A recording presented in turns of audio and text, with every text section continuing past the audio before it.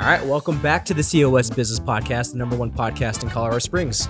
Today, our highlighted sponsor is Epic Eyewear. Awesome. Well, today we have a very, very special guest. We have Katie Maguire with Revival Therapy Services. How you doing? I'm good. How's your week been?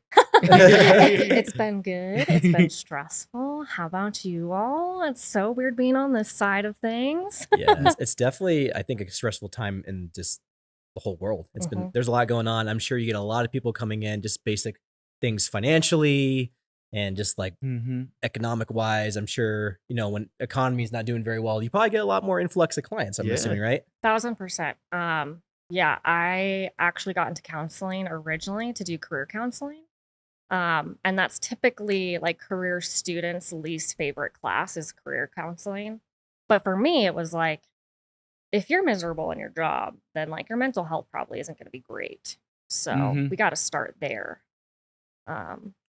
Yeah, for sure. Well, let's peel it back a little bit because we were talking before the show a lot about stuff, but like, it sounds like you're from Colorado Springs, at least I don't know originally, but you went to high school here, right? With the CSCS. Yes. Yeah, tell us a little bit about that high school and then like athletics, it sounds like as well, kind of got you started into college, right? So. Yeah. I would not have gone to college if it were not for volleyball.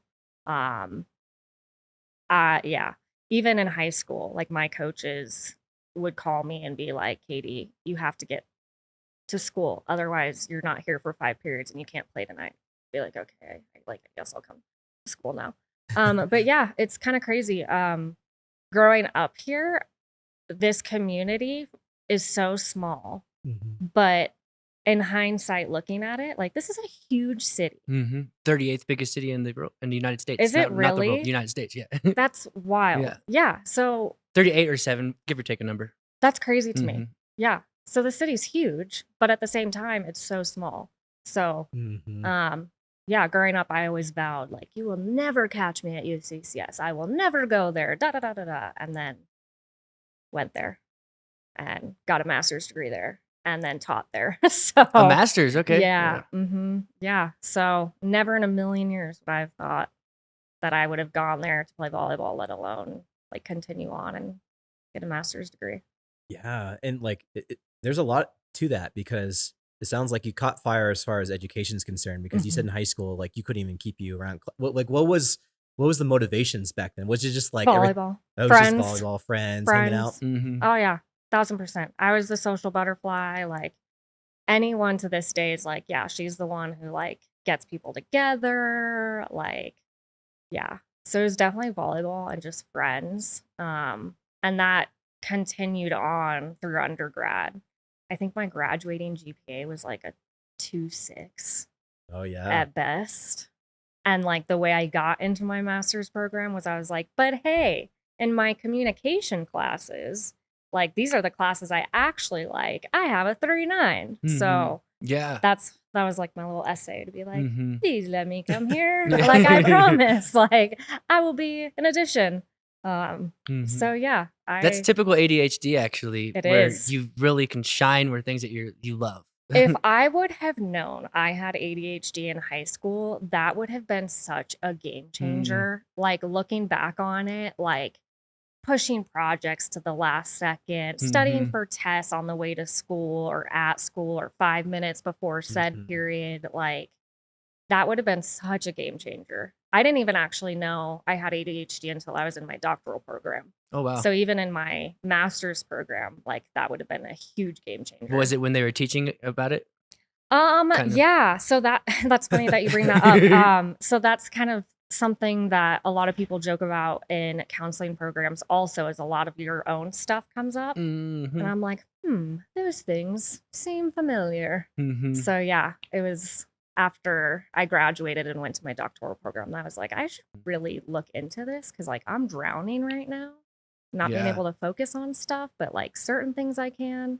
So it could probably be emotional too, like looking back at like, oh wow, if I only would have known.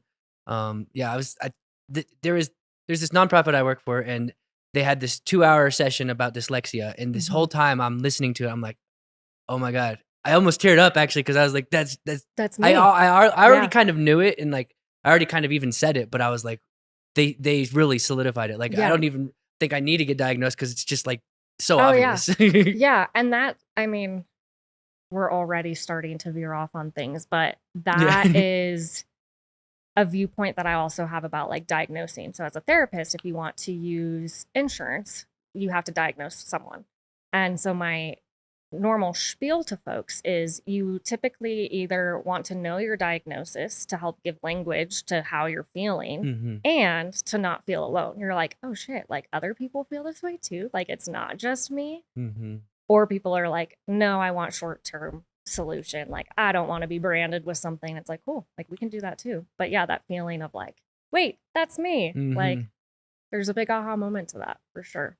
I can see that. And like, I'm assuming, and I don't know too much about like ADHD and everything too, but I'm Do you assuming not there's see like both of us just yeah. like Well, with Andrew, I know a lot more about ADHD than I ever knew She brought before. fidget spinners. But like, there's also like a hyper focus element to it. So like, do you think that was a big part of volleyball? Because like, if you look at you, like volleyball is like these super tall girls and like super, split second, like fast decision. twitch. Oh yeah. 1,000%. I actually didn't put that together until just now. Nice. See, I actually was having this ADHD for a second. And I didn't hear what you said. But you get what I mean? Like the hyper focus there. for And sure. like, do you think that helped you because you probably had some like physical, like you're not taller like the other girls. And so for you to compete Oh yeah, at I that couldn't level, just sit you had still. to really I put in couldn't the work. like to this day, like it's hard for me to sit still. Like there's always like checklists or things going on, or things that I'm thinking about, or things I could be doing, or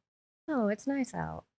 Oh, like you're wearing blue. There's blue behind you. Like oh, ADHD, volleyball, podcast. Like it's just like it just shoots, Andrew's right? tracking, yeah. Yeah. So yeah, I think that could, yeah, I guess I never thought of it that way, but yeah, just not really being able to like sit still and then like kind of hyper focusing on the game.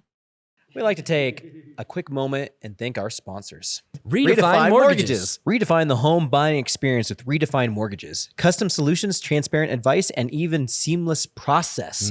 Start the journey to home ownership at redefinemortgages.com. That's redefinemortgages.com. Neon Pig Creative. Bring brands to life with Neon Pig Creative. Dazzling designs and strategic marketing make businesses stand out. Spark creativity at neonpigcreative.com. That's neonpigcreative.com. Exponential Impact. Fuel startup success with Exponential Impact. Mentorship, resources, and support available to amplify impact. Join a community of change makers at exponentialimpact.com. That's exponentialimpact.com. Fast Signs. Fast Signs can help you with all your signage and visual marketing needs. Whether you're starting a new business or just need a signage refresh, let Fast Signs help you. Make your statement. That's fastsigns.com. Cars Helping Charities. Cars Helping Charities is a turnkey fundraising solution for nonprofits. Cars Helping Charities allows your nonprofit to accept vehicle donations, which are sold, and then the funds go to the organization. CHC is partnering with my nonprofit of choice, Mattersville, to help them raise funds through vehicle donations. Please consider donating your car to support Mattersville. CHC will pick up any car, an old clunker you have sitting in your driveway, or a car you just don't feel like selling anymore. Make sure to visit carshelpingcharities.org. That's carshelpingcharities.org. Now let's get back to the show.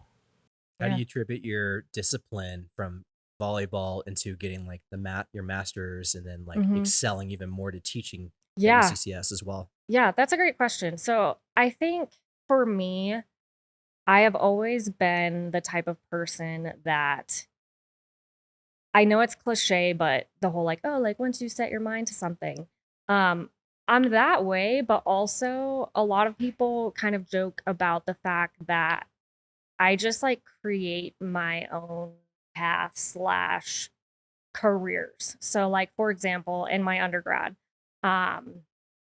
I was in spring semester, my senior year, about to graduate. I needed extra credits, so I took an independent study and was like, I'm just going to put together a position to help athletes. And I'm going to, like, that's going to be what I'm going to do for this quarter semester. Took it to the chancellor at the time, Pam Shockley, and she's like, no, like, let's do it. And I'm like, what? Like, so I think I've always just been someone who just wants to do my own thing and like super motivated, but also disciplined and like I know what it takes to succeed. So like in high school, we won state, 3 years in a row. Wow. We, all these huge things, like it takes a lot of discipline. So I think my ability to focus on what matters and like what I needed to focus on kind of translated over to that. Yeah. I know like a therapist, oftentimes like the other person's talking a lot more. And so you're oftentimes probably listening and like going through your head and diagnosing whatever you need to do to, get that person to convey and heal through you listening and asking questions. How does it feel right now for someone to be doing that to you? Does it feel like a little bit different? Oh, 1,000%. Yeah. Normally I'm the one like, okay, like what are you telling me? Like what can I connect? I Mhm. think also my ADHD kicks in as a therapist because I'm like always one step ahead. Like I'm thinking about the next thing you're gonna say, or like Mhm. how can I help connect the dots? So like as a baby therapist, that was something I always had to work on, was like Oh yeah. just sit and let them Mhm. talk. Like don't interrupt them. Um, so yeah, it feels weird being on this side of things for sure. Sometimes interruptions are good though, especially for conversations and podcasts. Yeah. They help, but there's a technique I've learned of doing this podcast for so long is if you just sit there, people will just talk. Oh, 1,000%. And sometimes 1,000%. it's hard to be like, you want to say something, you got to hold it back. Mm-hmm. But sometimes it's good to interject because there's good times for interjections, and there's always an appropriate time, but sometimes it can be the wrong time for sure. Yeah. Yeah, I think the skills that y'all use to interview is very similar to skills as a therapist, because you're Mhm. thinking about like, what is this person saying to me? What are like, you're wanting to know their story, you're wanting to know how they got here. That's actually like kind of the lens I use as a therapist. So I call myself like a narrative therapist because I want to know your story. Like I want to know what got you here. Um, because I think we tell our lives in stories. I mean, think about the podcast already. Like it's all stories. Tell me about high school. Tell me about Mhm. that one time you did this. Like I think through conversations, it's just naturally we talk about Mhm. stories. And And so yeah. that's how it like mental health and Totally. like as a therapist, I'm like, okay, let's connect some of those dots. Yeah, and we like to treat this like a conversation as well Yeah. too. And that's if you're having a conversation with a friend, you're interrupting each other. That's like the flow of 1,000%. conversations. Oh yeah. And also think my ADHD creates a different style of therapist. Because I don't know if you've picked up on this or not, but I'm not your like a typical like kumbaya, like, all right, just my presence is calming. I have friends that are that way and I love them because I will walk into a room, I'm like, nice. Like I'm up here and I needed to come down here. Right. Yeah. But then with that, the type of therapist I am is I'll be like, hold on, like I want to make sure I'm tracking. I just heard you say da da da da da da da. And like I think I'm more like I challenge in a different way. Mhm. So It's yeah. a style, and I think that's they tell you when you're looking for a therapist to try out different ones, I think, Mhm. right? Yeah. Yep.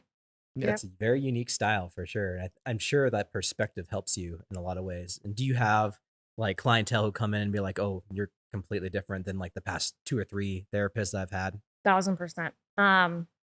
That and like my journey to getting to like where I am now. Um, I actually used to work in like correctional facilities and like correctional clientele. So Wow. like I did substance use work for a while, DV work for a while. And so I would get some clients that like had some gnarly stories. And so they'd come into my office and be like, what do you have to offer me? Like you're this little blonde woman. And I'm like, just wait. Like I bet I'll be able to get you to cry by the end of this. Like not like that specific Yeah, like session, but just in having someone in your corner that like genuinely gives a shit about you. And I'm also like a straight shooter. So like with my spiel with clients, I'm like, listen, I'm a therapist who has a therapist. Like emotions are hard. I'd rather talk about y'all all day. Like I'd rather talk about your issues than my own. for sure. Emotions are hard. ADHD. Why was I even saying that? Oh, my style. Mhm. Yeah. So yeah, I do have people that are like, oh, like this is different than what I'm used to, or yeah. I agree with that. I think for me, like I naturally love listening to people talk. I own an agency I'm in sales. But I think for me, sometimes it feels a level of healing for me too, just to hear people and help coach them. Not even coach, but just be a sounding board for them.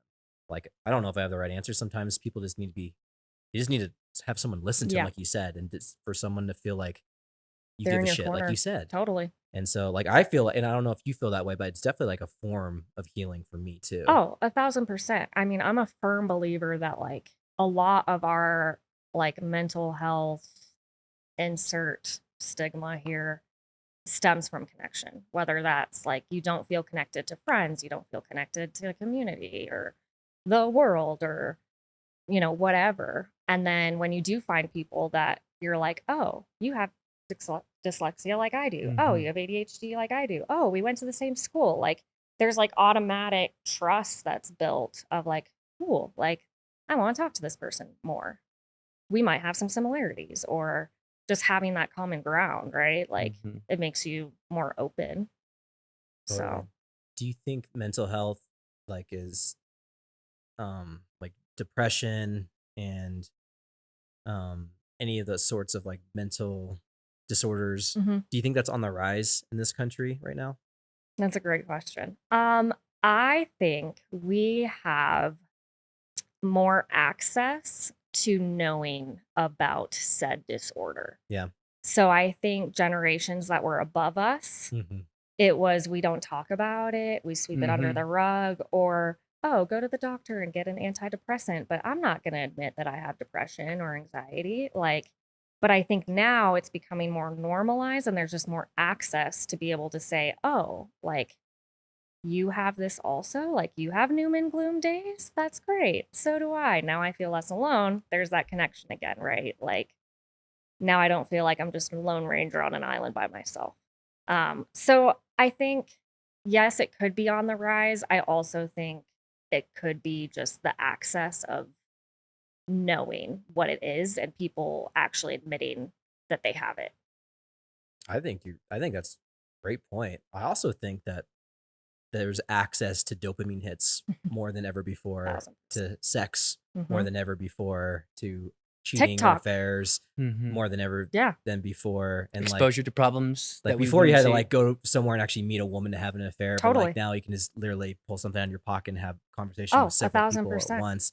And so I feel like you said before, I feel like connection is just like breaking in our society, and it's not necessarily everybody's fault. It's just like technology is coming in. Oh yeah. And we haven't learned how to have effective communications with other humans because of it. And so I wanted to get your gauge on that. And like, if you're seeing that, you know, obviously you can't talk about specific cases or anything like that, but I'm sure you can talk about like, if that's something that's coming into your office and being a real issue. I think at the end of the day, a lot of the issues are the same. So like maybe what we use to cope, right? So if we look at generations above us, typically it's mom or dad. Oh, they got home from work.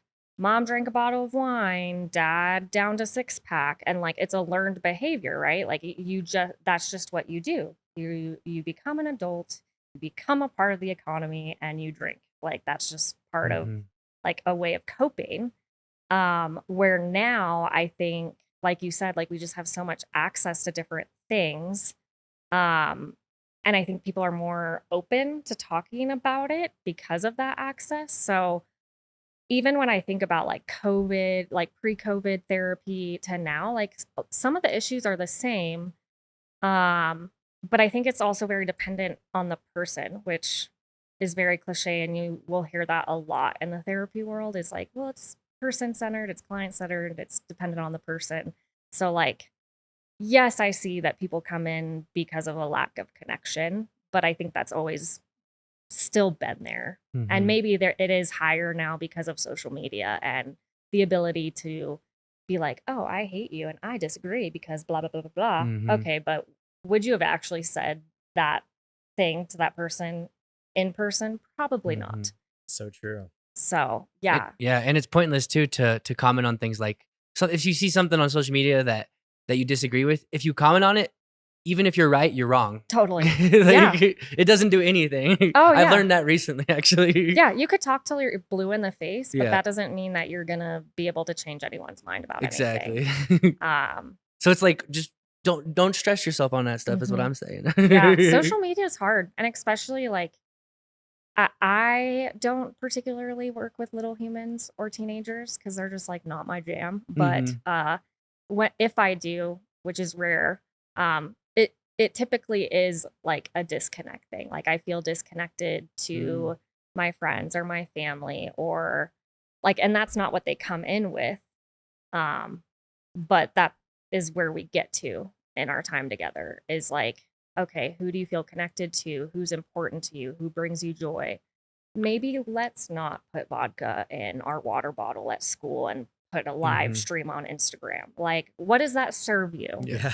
Well, kids were doing that when I was in high school too. Yeah. So it's like, so that's what I mean, right? Like it was done. Yeah. We just didn't have the technology to be like, hey, I'm live streaming as I'm drinking out of this water bottle. Which is also counterproductive because the reason you would put it in the water bottle was to be incognito. Correct. So I love that you say that, because, and this is what I'm saying, these two jobs are similar because the way that your brains are working of like, well, that doesn't make sense. As a therapist, that's also what I say. Hey, that doesn't really make sense. On one hand, you're hiding it in a water bottle. Yeah. On the other hand, you're live streaming for everyone to see. Right. Tell me why. What does that serve you? So that's kind of like, again, my approach to even with therapy of like, it's a conversation. Like, I don't tell clients like, oh, this is a hierarchy. Like, if you listen to me, your life will be better. I mean, I wish it was that easy. Like, I wish I had a magic wand. If it was like, okay, depression, goodbye, like whatever. But yeah, even like with clients, this is what I do.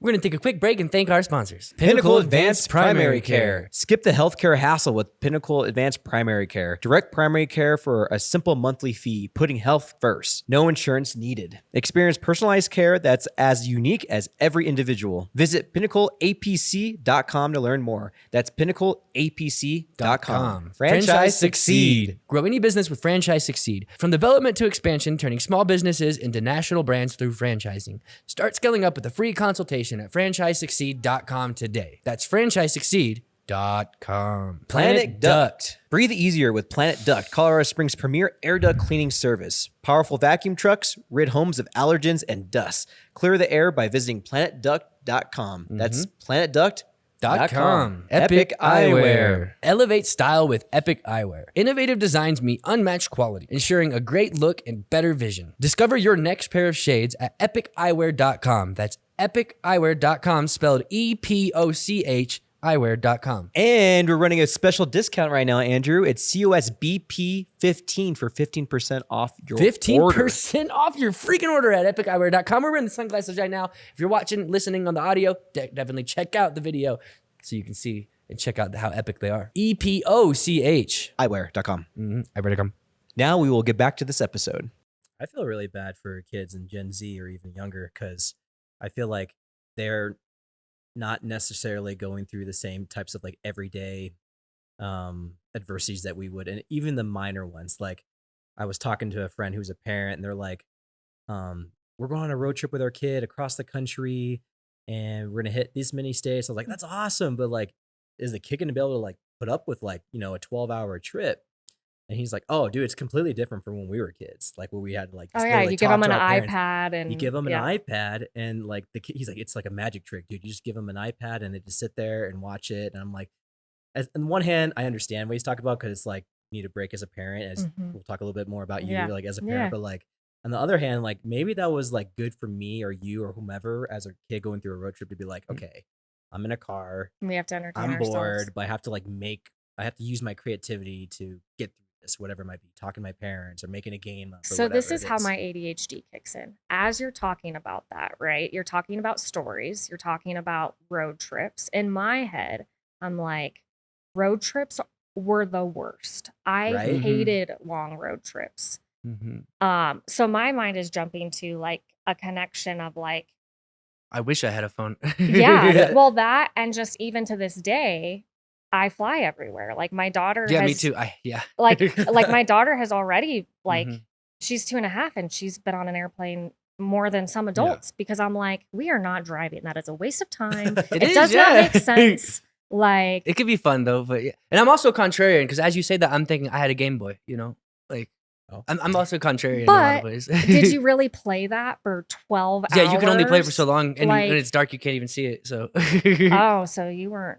didn't have the light. yeah. There was the Oh, yeah, you had to have the light. Well, Come on, you gotta go get your I didn't have Pokemon anything. ball. Like I had Exactly. bologna sandwiches the whole time. That's what I had. Well, what I would do is I'd look at the window, and I found out through social media a lot of people had the same experience. They would make up a guy that would run on the wires, and they doing flips and stuff. And like a What? lot of people actually do that. It's an actual thing. I thought it was just me, but a lot of people I think go it through that is experience. just you. I'm It's kidding. not. No, I've seen the videos. And Yeah. I've seen multiple people post videos about the exact same experience. It's like an imaginary little backflip guy Yeah. that runs on the wires and he runs everything. And I just Totally. imagine him running. And I also watched a horror movie when I was a kid, Chucky's Bride. Yes. And I would always think the road would keep me safe, but then I thought my way out of that. I was like, what Yeah. if he's like stuck underneath the car? You can crawl up. Yeah, So yeah. I would entertain myself regardless. But yeah, so that's Yeah. how my ADHD works. Is I'm like, oh, road trips, bad. Don't Yeah. like them. Like they take forever. They don't make sense. Mhm. Like unless true. you're like, oh, we're gonna stop here and see this national park. Even then, I would be like, Mhm. we could fly there. Yeah. Like, And we I didn't don't go on know. road trips. Actually, we only traveled if we were moving somewhere far away. Like we moved to Arkansas for a few years. Yeah. I know before we started the podcast, Yeah. you said that you went to Arkansas. Mhm.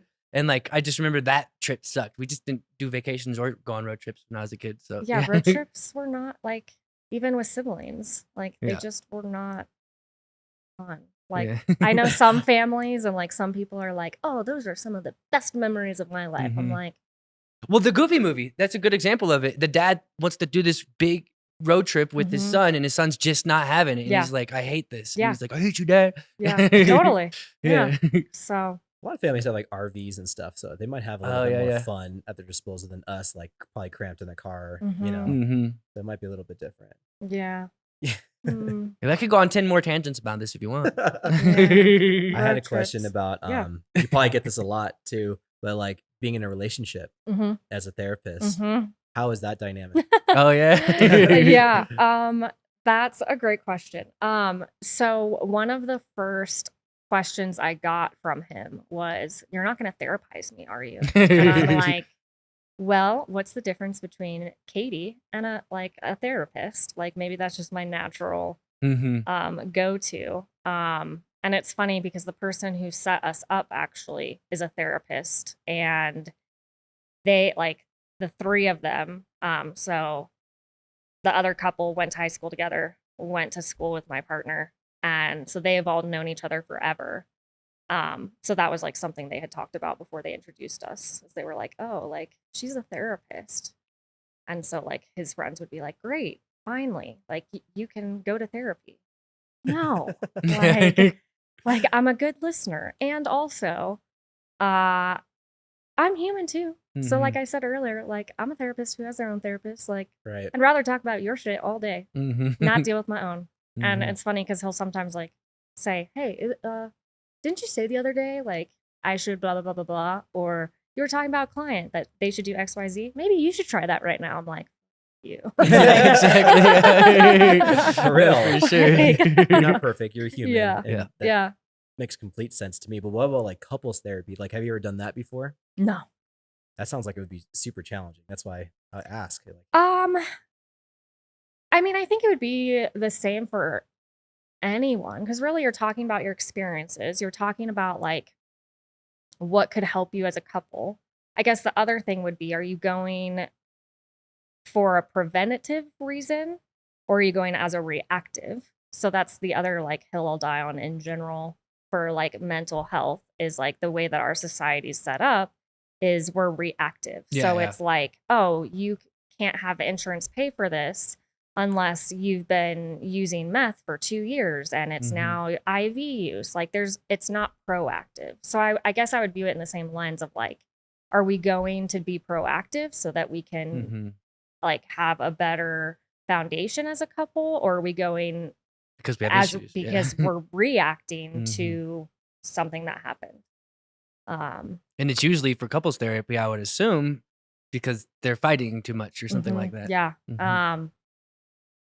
Again, I think it depends on the person. It depends on the couple. Like some people are proactive and are like, oh, like we're getting married or we're thinking Oh, about yeah, getting yeah. engaged. And my partner thinks this way, or, you know, when I talk, like it goes in one ear and out the other. Yeah, that's kind of my other like spiel or things that I love is personality tests. And I think that can also be used in couples counseling of like, okay, like how does your brain work compared to mine? Okay, so when you think of what we're talking about, you think of it this way, I think of it that way, or even things like interrupting. So we might interrupt and someone might think, oh, they don't care about what I'm saying. When really it's like, no, my brain is just quick, right? So yeah. I like it when Gary Vaynerchuk, he's a guy who does podcasts. When he interrupts, Marcus hates it. I hate it when he does it, yeah. And I'm like, I think it's great. Yeah. So I think it's like also like personality types too. And like, yeah, are you going for like a proactive or reactive way? Also, I have found that whether it's dating or even just like in the public, I have stopped telling people I'm a therapist. I'll either be like, oh, I'm in education, because one time I was in California and I was in an Uber and he's like, oh, like, you know, what do you do? And I'm like, oh, I'm a therapist. And he's like, oh man, and like starts talking about his daughter, calls his daughter while we're on the ride.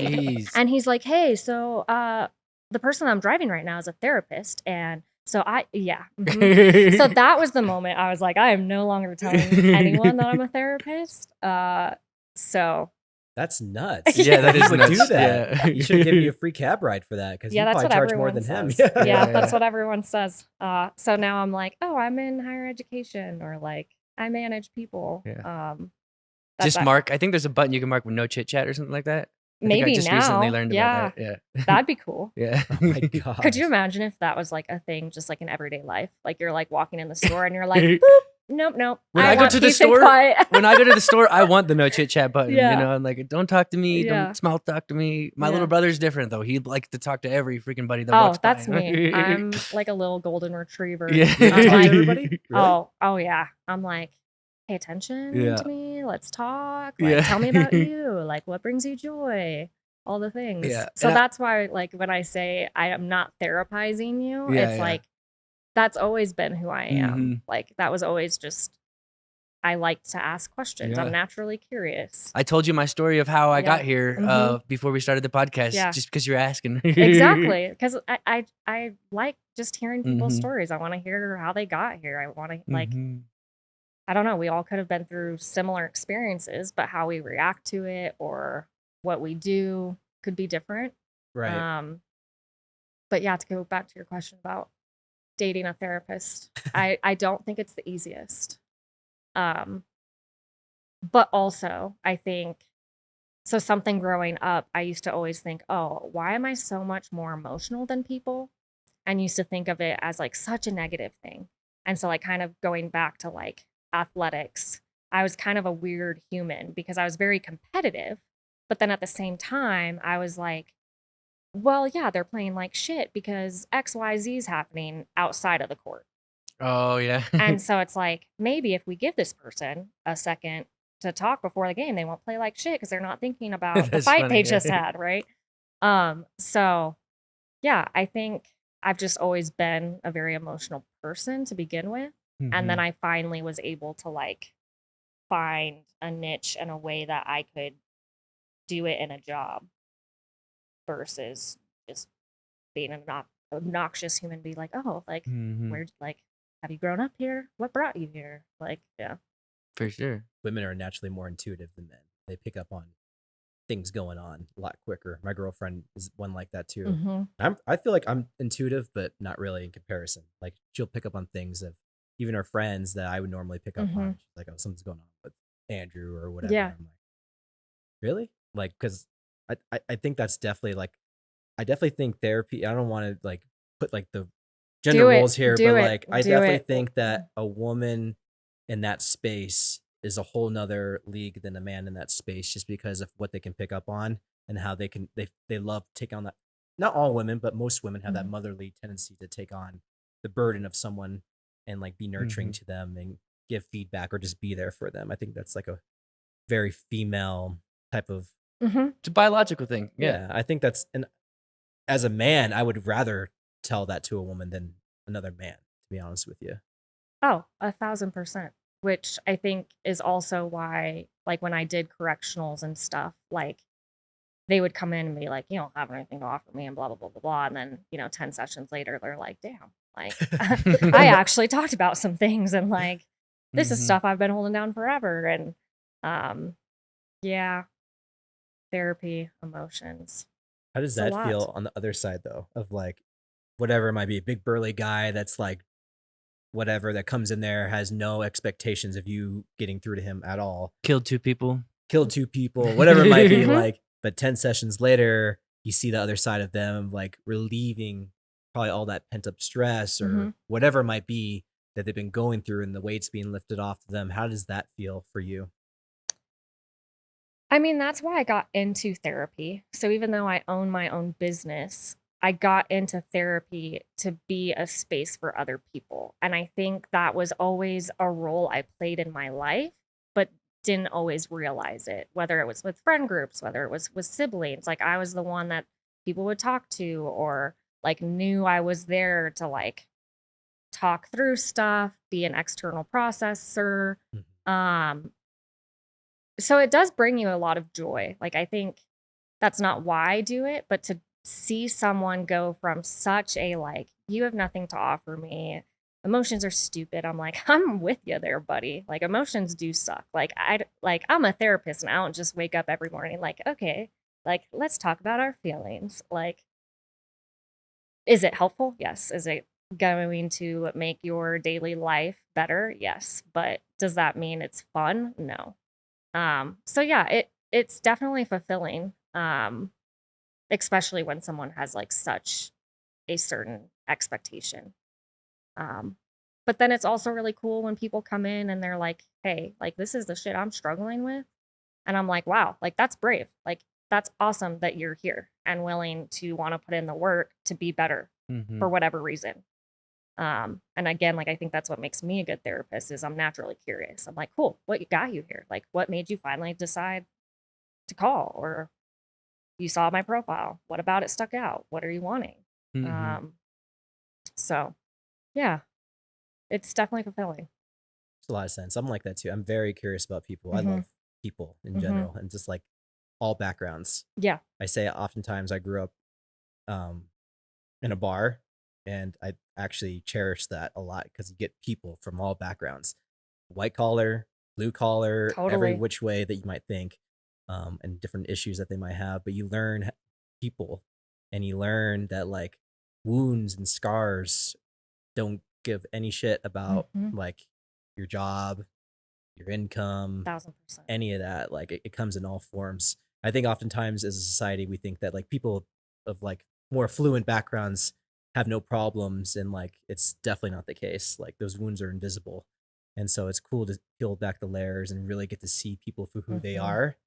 And no, I love that. I love what you said. I think I can connect definitely with that, and I think it's like such a cool profession. That's why I wanted to press you on that a little bit. It's definitely I probably got mean, some like I said, film. in some sense, y'all are doing that, right? Like asking questions. How did you get here? Tell us about mentors, like who are people that have leaned into you and Right. okay, how have you given back? Like also back to connection. It brings meaning to our daily lives. So like not to just be like, hey, I wake up, I do the same shit every single day, but to like add some like, yeah, like what got you here? Let's have a Mhm. conversation. Like I'd rather be doing this than sitting at home, like twiddling my thumbs and playing with my fidget spinner. Like I'd rather have like meaningful conversation with people. Um, so yeah. For sure. So let's talk a little bit about, unless you had something else to add to that. One more thing, and Okay. I Yeah. don't know if you might ask this, but like speaking of meaningful connections and stuff Yeah. like that, you have a 2.5-year-old at home. Yes, Oh, I yeah. do. Let's Yes, talk a I little bit do. about that before Andrew gets some of his Yeah. stuff. Yeah. Yeah, Layla. She's a sweetheart. Also, so feisty. Yeah, she COVID did me dirty. Cool. I was lonely and then Layla came. Yeah, she also has kind of like changed my life in ways like how I parent, how I show up for friends. I'm very intentional now. So kind of going back to me saying like, I'm the golden retriever at the grocery store. Like I want to talk to everybody and all the things. I have to be more intentional now. So I have to like figure out like who deserves my time, who deserves my attention versus just being the person that like everyone can go to, or let's get dinner, let's go do all the things. Like those are still important to me, but I'm just much more intentional with what I'm doing, where I'm spending my time, which is also hard when you have ADHD and you just like want to go do things and whatever. Yeah, I was actually thinking about the comment that you said earlier of like, if you were going to therapy, like wanting to have like a woman therapist, because like sometimes there's just like more motherly love and like nurturing. I have that. And also, I'm not kind of like what I said with my therapist style. Like, I'm nurturing, but also like, okay, jump off the couch. I told you not to. Like, you're gonna get hurt. Like, I don't know. So it's interesting. I was actually just having this conversation with a therapist friend of mine, and she's like, yeah, it's kind of interesting that like in our relationships, the roles are kind of reversed, where the male is the one that's like, oh, like they need to be safe. They need to like stop doing that. And we're both like, they're gonna learn. Like, so yeah, it's interesting being a parent, being a therapist, and also like waking up every day like, okay, how can I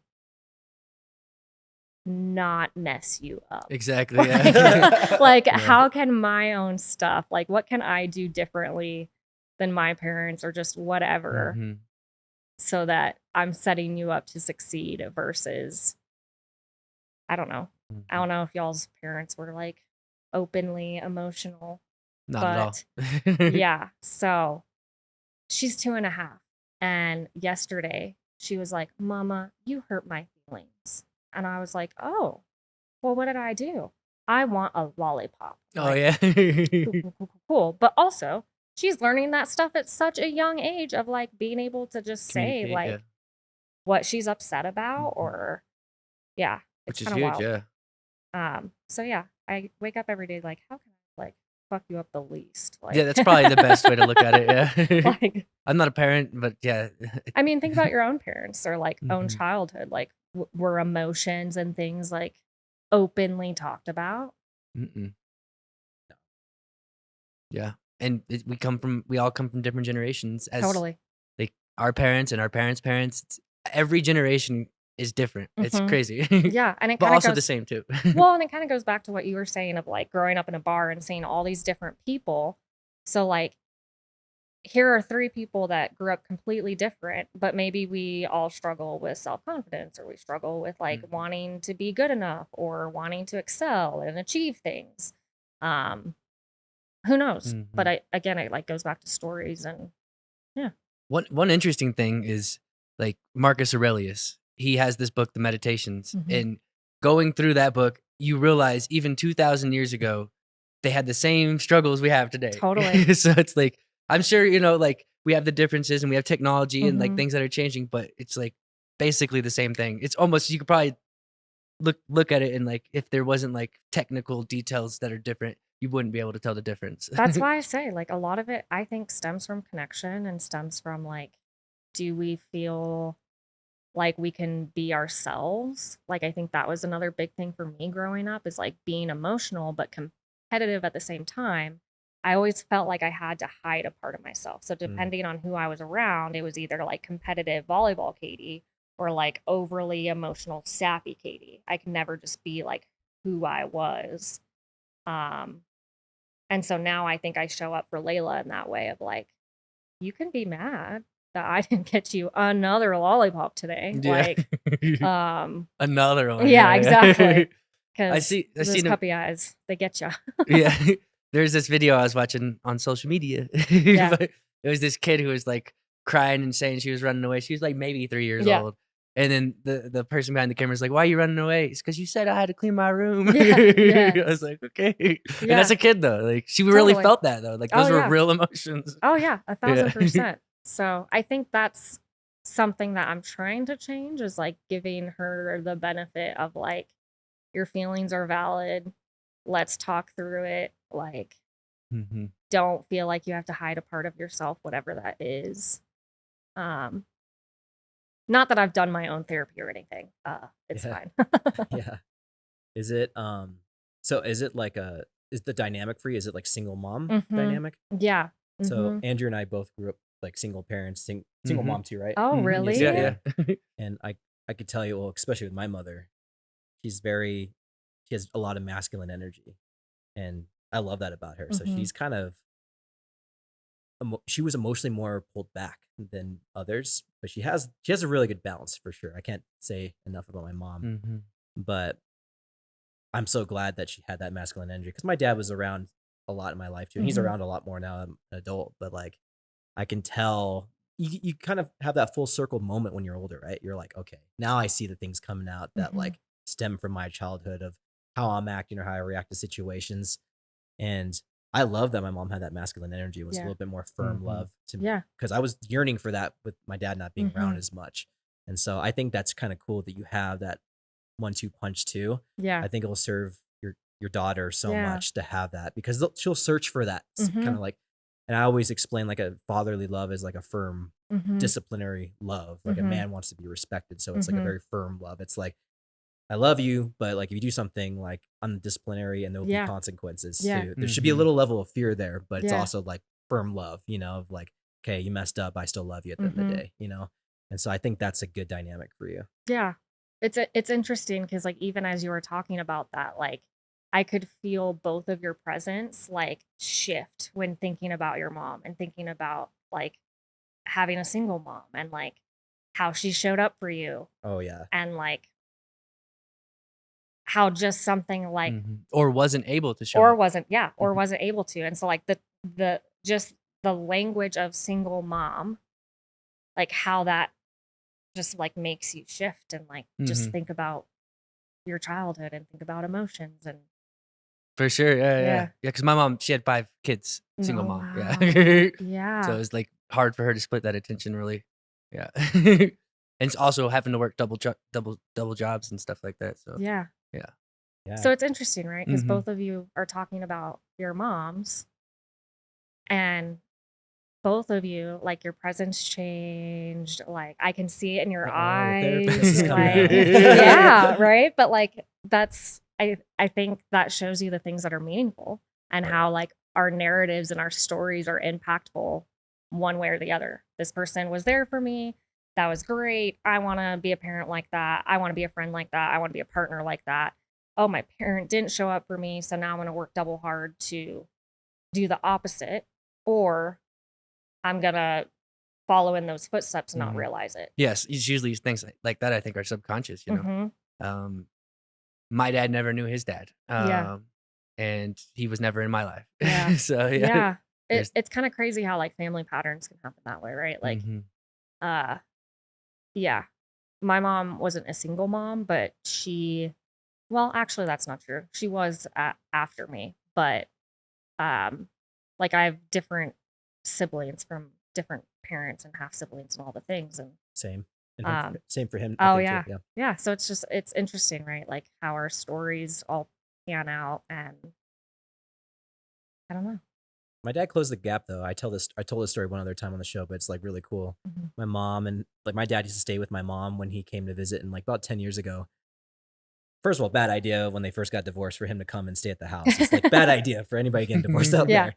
Got in the big fight. She kicked my dad out, and I'm driving my dad to the hotel, and I'm like so pissed at my mom. I'm like, I don't know why she would ever freaking do that to Yeah. you. Like, how could she do that to you? Throw you out like that, like 11 o'clock at night. Mm-hmm. And my dad got so upset with me about talking any ill will about my mother. And it's like, I don't ever want you to talk about your mother that way, like ever. Yeah. That's your mother. Like, don't ever Yeah. speak ill, even when she's not in the room. Yeah. And like that instilled a lot for me Mm-hmm. of like even like my dad's selflessness in that moment to be like, dude, that's still your mother. Like Yeah. I never want to hear you talk about her like Yeah. that, even if we both felt like she was wrong. Mm-hmm. And that was amazing. That was like a great life moment for me of like Yeah. selflessness. I'm like, okay, like you as a dad, like I definitely want to take that from you. Like 1000%. no matter what, like kids try to pin us together, not pin us against Yeah. each other, not gonna happen. You know? Right. We're a unit. Yeah.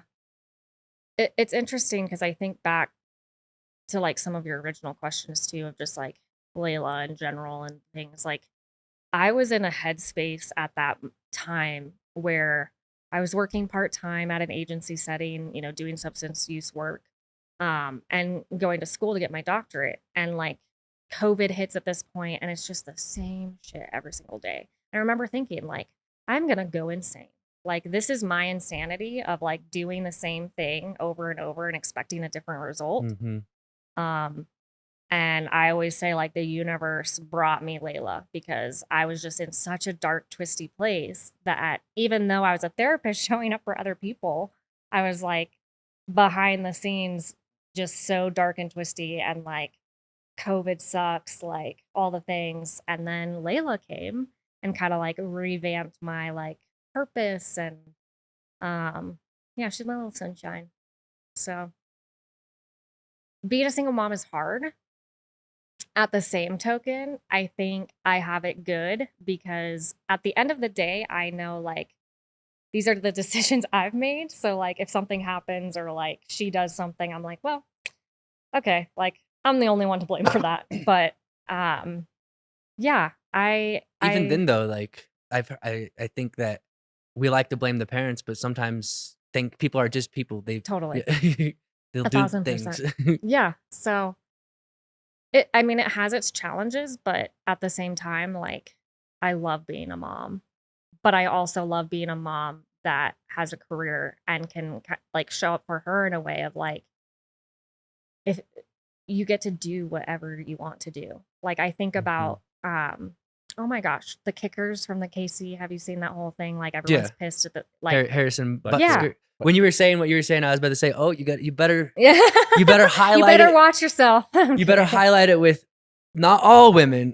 Yeah. But I think that's a perfect example because for me, it's like, I don't care what you like. If that is like you want to grow up and be a mom and be a partner, do it. If you want to grow up and own a bit, like I not in a million years would have guessed that I would be where I am right now. Like I said, high school, college, I was like, cool, I'm playing volleyball. I don't care about anything else. Yeah. So for her, it's like, I want to be able to support her in a way of like, I don't care what you do, I'm going to support it. Like whatever makes your heart happy, because at the end of the day, it's your decisions that you have to live with. So if it's being a homemaker, be a homemaker, be a wife and be a mom. If you want to be a mom and have a career, you can do that too. And so I think like the most important job of them all. Yeah. Yeah. And like kind of what you had talked about of like that masculine energy. Like, oh yeah, I think I have some of that because I do have such strong identity in both like my career,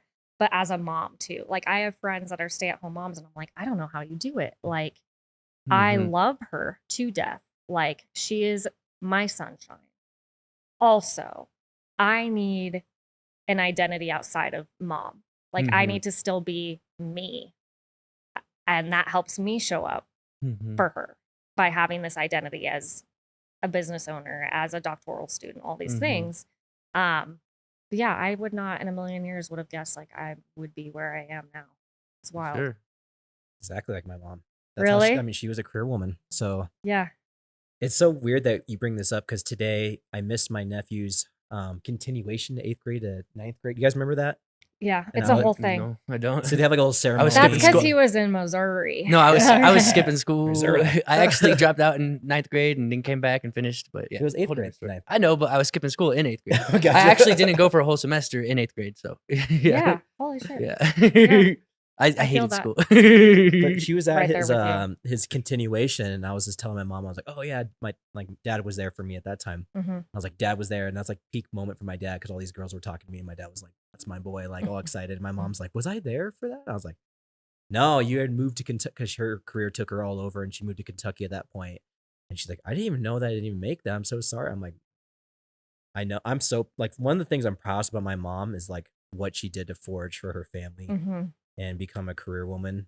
And like I learned so much from that. I was a kid in the box at all these like fancy games where we got like a suite, and I'd be like introducing like, "Hi, my name is Marcus Alvarado. I'm Patty Alvarado's son. What's your name?" And Yeah. it's like some executive like auto dealer and something like that, and they just like think it's the cutest thing. But like, I learned a lot of mannerisms and professionalisms from my mom at a young age, and like that's some of the things I'm proudest about for like me and like how I was raised. So like, I don't take any of that.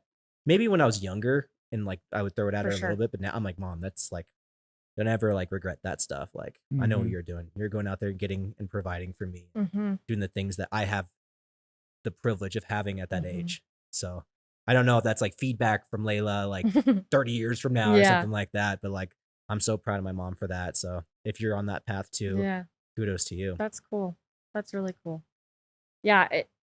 So again, ADHD brain hitting hard. Like the other thing that I think about when you're talking about that is like success, and like I think being able to just like go and introduce yourself to someone and like start talking to them, like those are skills that are, to me, I think are not necessarily like teachable. Like Mhm. you're either an extrovert and like want to know people's story. And I think that's also like what sets certain people apart of like as leaders, or and it's not bad to be a follower, but like as someone who's like, oh, like I don't have the personality to like go out and meet people. Like I think that's part of like what got me here Mhm. is like leaning into hard questions, or just like literally going up to people and introducing yourselves and making connections. I think that helps in how you become successful. And that's just like something you have or you don't. Mhm. I think it is teachable, but it's going to be harder for you to 1000%. do it. Yeah. Because I am not the extrovert, but Mhm. I can be extroverted, I think. Yeah. But it's not my zone. It's not my pocket. I would challenge you and Okay. say, A lot of people are surprised when I say that too, actually. so I feel that, but here's the thing. At the root, you're someone who cares about other people. Mhm. So whether you're extroverted or not, at the root, you still care about other people and want to Mhm. hear their story. Yeah. So maybe you had to teach yourself to be more out of your comfort zone. Mhm.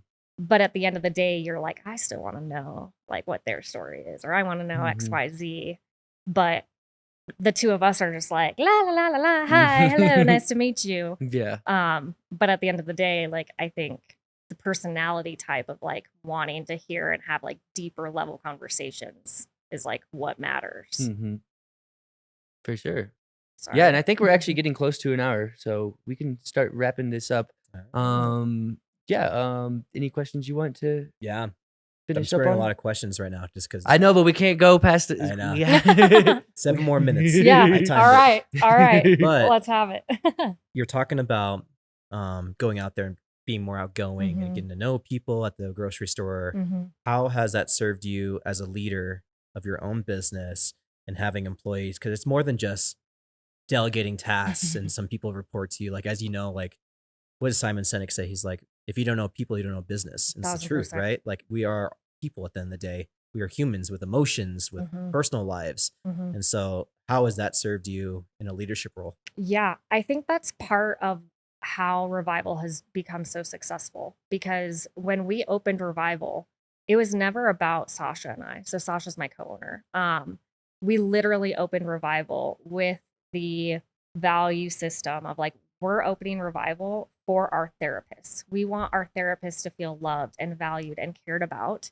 And in turn, if they are well, then they're going to help clients be well. And so I know every single person that works for me on such a level that they feel comfortable enough to text me or call me and be like, I'm sick. Like, I feel guilty about XYZ. I'm like, hey, like your clients are fine. You need to take care of you. And I think it just is telling in like how much we've grown. And that's something that people always say is like, you're only 3 years old and you have like 15 plus therapists and you have an internship program and all this stuff. And I'm like, well, yeah, like I don't like third person looking in. Like sometimes I do wake up and I'm like, holy shit, like how did I get myself here? But I also think my personality type of just like, I want to see the good in you and I want to see like how you can be a great therapist and like you matter and all the things.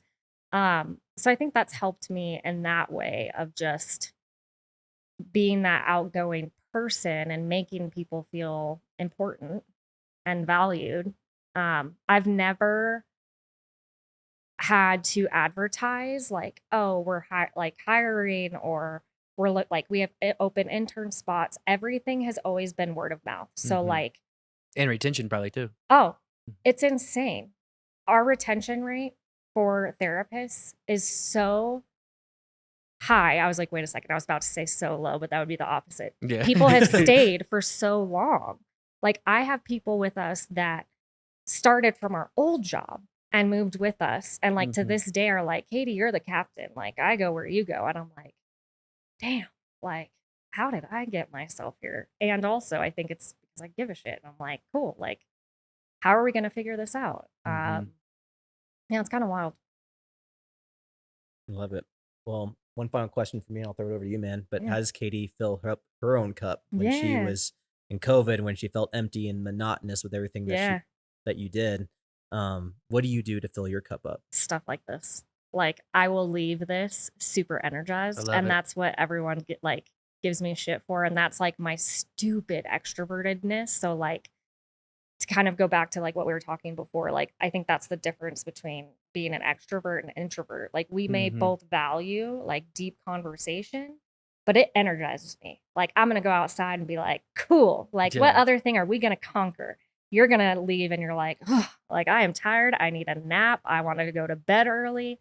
It's crazy you say that you must be a therapist, because I was literally telling Marcus when we finished the episode, and like, I do value this this show and everything, but it's like, you're exhausted. I want to go do work after this sometimes. Yeah. And I'm just staring at the screen and I can't do work. Yep. Yeah. And so like, I think that's the difference between like people who are extroverted and introverted, of like, you may still want to have deep conversations, but for you, it's super draining. For me, I'm like, ooh, like, what are we going to go conquer now? Yeah. Like, so yeah, I think for me, it was just connection with people, friends. I think that's part of how Revival got as big as it did, because even in the midst of COVID, like, we made a point to care about our therapists. Like, we do a wellness initiative. So we pay $80 towards something, like some type of self-care, but you won't get it unless you give me the receipt. So for me, it's like accountability. This isn't going towards gas. This isn't going towards like, go do something to fill your cup. I can't tell you any other therapist group that does something like that. It's awesome. And that's something that our therapists talk about, is like, you're putting your money where your mouth is. Like, you say you care about us and you're showing it. Yeah. And so that's, I think, also what has helped retain people, because they're like, no, like, you care. You're so open. It's so easy to come talk to you. And I'm like, yeah, like, let's talk. Like, what's going on? What are the issues? Like, let's figure it out. So yeah, that's, I think, what kind of filled my cup and continues to fill my cup, is just like having these type of conversations and learning about people. Yeah. So what I want to know, and I think is important for a lot of the listeners to learn about, and this probably would be a good clip, Rowan, a long form clip maybe. He edits. Yeah. What is the cost of therapy? Like, what does someone need to do if they want to get into therapy, but they're afraid of the cost? Yeah. So I think that's also something that sets us apart. So my kind of spiel about Revival is we're a one-stop shop. And what I mean by that is we have individual therapists, we have couples therapists, we have family therapists, we have art therapists, we have play therapists, we have substance use. We have a wide variety. In addition, we take major insurances. We have sliding scale. We have pro bono programs where you could literally come for free. The other part I think that sets Revival apart is oftentimes when you're like, if you were to just like Google like therapist in my area, it'll take you to that person's either like Psychology Today or their website. And it's like, call this number, and you're playing phone tag. You just go onto our website, you go to the calendar, you pick an intake spot. We call you at that time. We do your intake. There's no phone tag. And then you go, like, I actually am the person who does our referrals. And I'm like, cool, I think you'd be a good fit with this person because these are the things that you're asking for. So to answer your question, And one of our values has been to make it accessible to everyone. So whether you're the CEO, big lawyer, still depressed, has all the money in the world, or the kid who doesn't know where their next meal is going to come from, like, we're here for you. So even like Medicaid, like we take Medicaid clients, like that's my big thing is like, I do not want to lose sight of why we started, which was for a therapist and then furthermore for clients. So like now we can be in a position where we do offer free therapy. So yeah, I think that's, again, just kind of something that sets us apart. So revivaltherapyservices.com. Say that again, revivaltherapyservices.com. Yeah, sign up for your intake as soon as tomorrow, and you could come in and talk about your feelings. Yeah. So, Sweet. yeah. Awesome. Any other thing you want to mention to your camera right there? Any Instagram handles, where to find you, anything like that? Yeah. Go follow us on Instagram at Revival Therapy Services. And that was actually my past life of social media marketing. So I'm the one who runs our social media. Nice. So if you're like, wow, that post, you can now think of me. Like I was the one up like, let's post about this. Okay. Yeah. But yeah, it's super easy. Just go to our website, go to contact us, click intake, click a time. It's as easy as that. Denver and Colorado Springs too, right? Yes. And I think that's another thing that sets us apart. We have like all the things. So we have in person, we have hybrid, we have online. If you're like, oh, I want to start in person, but actually I like, now that I know you, I'm comfortable, we can do online, vice versa. So yeah, we have offices in Denver, we have an office here, you can do online, like whatever makes your heart happy. Awesome. Yeah. All right. Well, this has been the COS Business Podcast, and we'll see you guys on the next one. That was good. That's awesome. That was really good. That was like hour almost on the dot. Nice. Look at you guys in time management. So truly, I don't think you understand how similar our jobs are. Yeah.